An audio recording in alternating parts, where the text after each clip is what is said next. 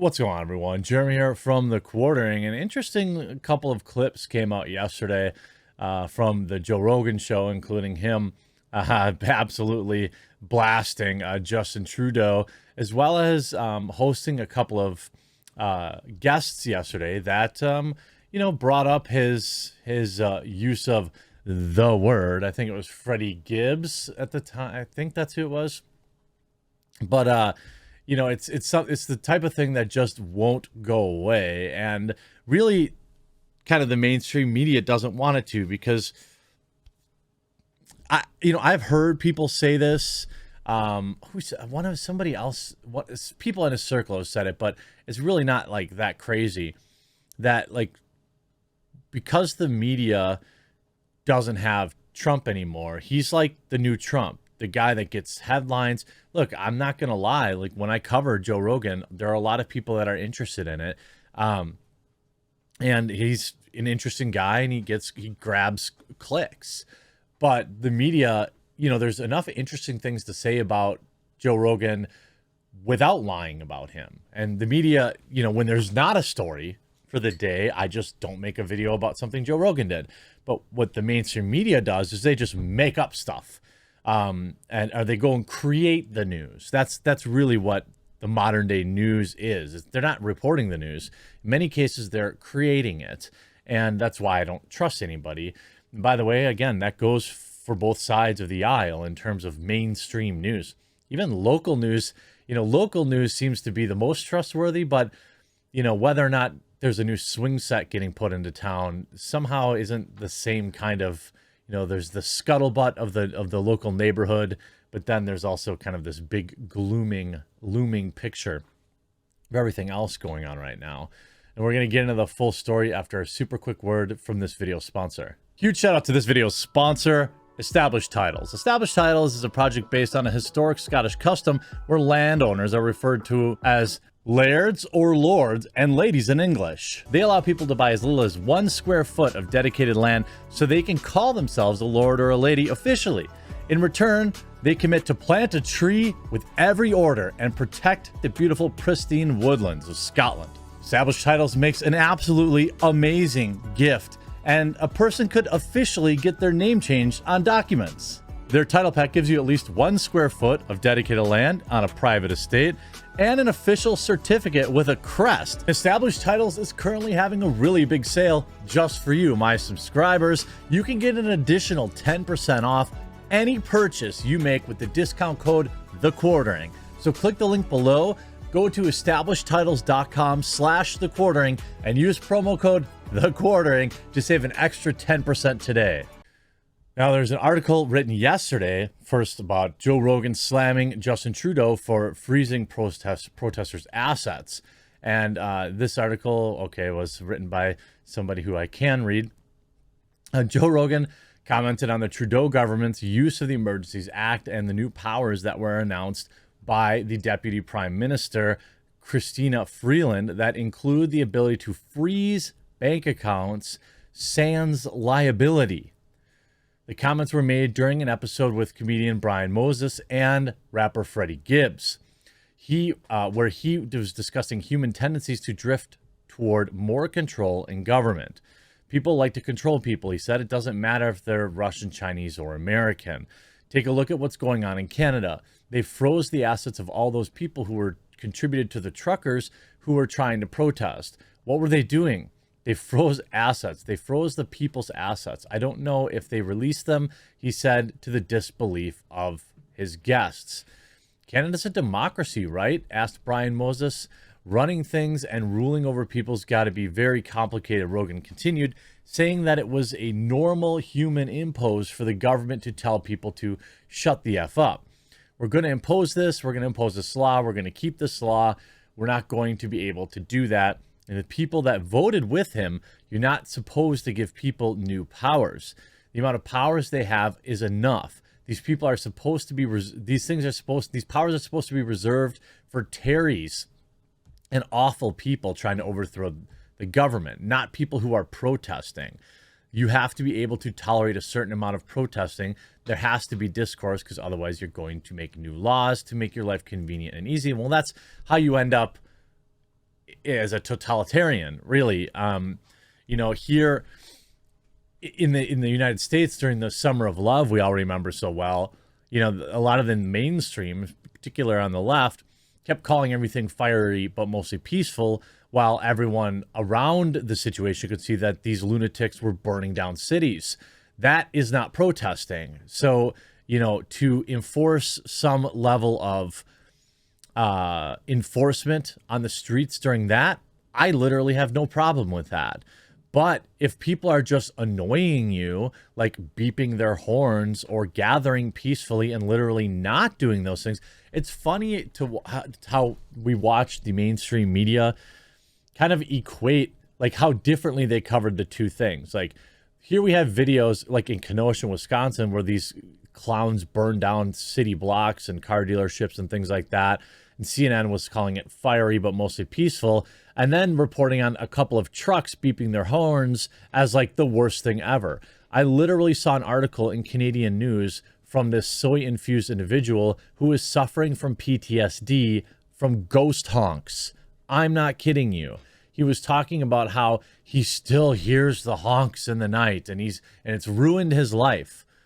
I mean, I'd make some joke about soft Canadians, but I look around at what I have going on in my country too, and particularly on the college campuses, and I don't think I have very much room to talk. Rogan had previously criticized Trudeau for his demonization of the unpoked. The way Trudeau talks about people who are unpoked, he says we're misogynist and racist. You are deciding, you're talking about what people have a perspective on medical intervention, and you're deciding what you're going to demonize them in the worst possible ways with zero evidence, Rogan continued. Well, if you also look at the situation here in the United States, I'm not exactly sure. I know that some things are changing in Canada, but we look at the United States and, well, midterm elections are coming up and, whoa, what a coincidence. Oh, now masks aren't required and all the mandates are getting lifted. And except for like some Democratic super strongholds where they never have to worry about losing an election like California. You look at a lot of these states where Democrats were in power, suddenly, and I couldn't possibly guess why they might be doing this. Definitely not because they're getting crushed in the polls and the midterm elections are coming up. That couldn't possibly be it. Suddenly the science changed. This is what I talk about when I talk about trust and why you have to allow people to have discussions about things, even if you feel like they might be dangerous. Because when you shut them down, all you do is validate their ideas. It's like these people have never actually, the people in charge who want to say what we can talk about, like on YouTube or anything else, have probably never even consumed content from people who are actual, like, have crazy theories or seemingly crazy theories, because they're always leading off with something like they want to silence me and they want to censor me. And and when you do that, all you do is galvanize their base. You remove those ideas from the public eye and public scrutiny. And instead of, providing sunlight as the best disinfectant, you just allow the ideas to grow on someone else's platform. But you like to go on Twitter and talk to Congress about how you're combating misinformation. Well, our own government can't seem to get their ideas in order because, I think we could all agree that a normal individual might make a connection between low poll numbers and the upcoming midterm elections and the sudden reversal of many Democratic strongholds on various mandates. I think that's a normal conclusion to make. And then you wonder, geez, it's like never forget I saw this video of like this little kids who saw Winnie the Pooh at Disneyland. The costumed Winnie the Pooh, not the leader of China, but the kid went running up to Winnie the Pooh to try to hug it, and then like some lady got in between and was like, no touching. It's like, and then I think it might have been from Libs of TikTok, and it was like, never forget what they did to our children. And it's like, yeah, I completely understand that. Like now suddenly it's like, oh, well, those little pieces of paper everyone had on their face, well, I guess they weren't really that effective, and I guess we can just live without them. But for the last 2 years, our kids have been living in fear. I tell the story about how I could hear people, my neighbors behind me, like yelling at their kids who were just having to have a birthday party, and they were getting too close, and they were like, everyone 6 feet, 6 feet, 6 feet. It's like, Jesus, don't even have the party then if you're going to be a lunatic like that. And also in this same episode with Freddie Gibbs, they do talk about it, talk about his little controversy, and he gets more support. It says Joe Rogan was in serious water after a compilation video went viral of him using the gamer word in a slew of episodes. Freddie Gibbs recently visited Joe Rogan. If you don't know who Freddie Gibbs is, well, he's a comedian and also happens to be black. He doesn't, but he condemned his use of the word, but also says he doesn't think he's racist. You can't say that stuff, Joe, Freddie said in the clip. Because you pissed a bunch of ends off when you said that as a compilation. It was funny. I can't even lie. Gibbs went on to say that while the compilation video was wrong, he believes Rogan's made a mistake. I don't think you're racist. You're my N. Gibbs continued. I F with you. I never thought you were racist. I just thought you were saying some stuff you shouldn't have. And a lot of us N's say stuff we shouldn't say sometimes. That's just what it is. I want to tell white people right now, you just got to let us have that. You got to let us have this word. We got it. It's one thing. You already trafficked us over here. Well, it's not just white people that brought you over here. But I mean, that's neither here nor there. He's right. And then that's how I feel about it. Like, I'm just not going to die on that hill. Life is short. It's not a big deal. But also later in the clip, Gibbs also commented on Neil Young leaving Spotify because of the quote-unquote misinformation Rogan spread. Gibbs joked that Young didn't have anything to say about Rogan's racial slurs, despite being outspoken about the anti-poke earlier. And he did say, I believe he said F Neil Young or something like that. I haven't said it in years, but for a long time, I would bring up the word. I would just say it. We already know what he says. Gibbs, Moses, and Rogan also got into a back and forth about hypothetical buying and selling men's seed. So, I mean, like, the podcast kind of goes all over the place. But, I don't think anyone actually thought Rogan had some sort of issue with black folks. He has black people on his show all the time. It seems like he has, like, black friends. He just got maybe a little too liberal using that word. And times have changed. That's the other thing, right? When I was young, probably like, I don't know, 5th, 6th, 7th grade, like the bundle of sticks word was like used all the time. And I didn't even know that had anything to do with someone being gay. It was just like what guys called each other all the time. And like times change and you learn, you're like, oh, well, that's probably not okay. So you stop saying that stuff. It's not necessarily the same as Joe Rogan, but like times change where in the last 20 years, you can't even use that word in context. Joe Rogan was never calling anyone that word. He was using it in context, saying like, oh, so-and-so said this word or so-and-so said that word, or isn't it interesting the power of this word, and saying the actual word.